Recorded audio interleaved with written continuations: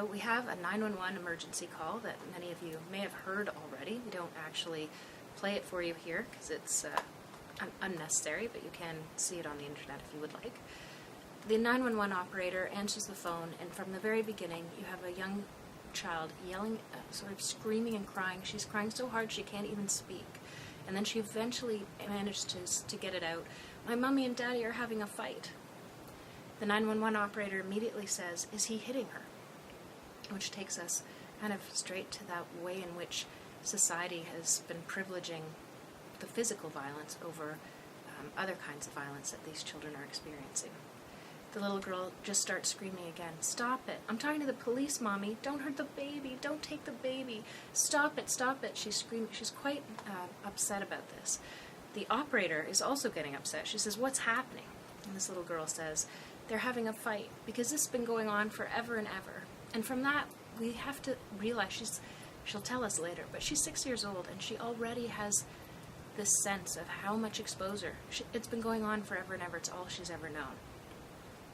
"Where are they now?" the operator asks. "They're in the bedroom." She says, "I don't want him to do nothing strange to the baby, because if they drop," and here in the call itself, her voice actually changes to this almost parentified, educative, she says, "because he's a newborn baby. He's very delicate."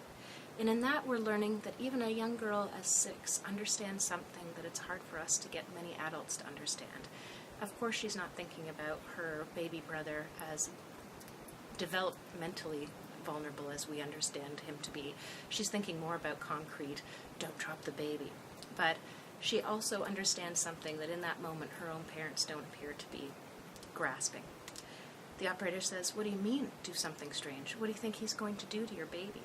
She says, "I think he's going to take the baby and do something because he's drunk and he might go off and drop the baby." I wonder when I hear this, how many times she's very concerned about the baby being dropped, and it makes me wonder whether or not the baby's already been dropped in this scenario. The operator then says, "How old are you?" She says, "I'm 6 and my little sister's 4. And then again she sighs and stops and says, "Okay, could you just send the police, please?"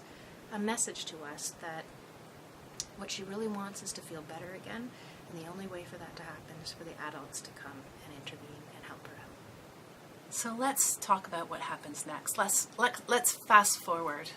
Let's imagine that night the police arrive, they take statements from mom and dad, and the father's charged with assault. I now want to imagine what might be the case 4 or 6 weeks later, when this case potentially shows up or something similar on your caseload. In this case, let's imagine that dad is now staying with his uncle. He reports that he wants to make things better and to clear up this misunderstanding.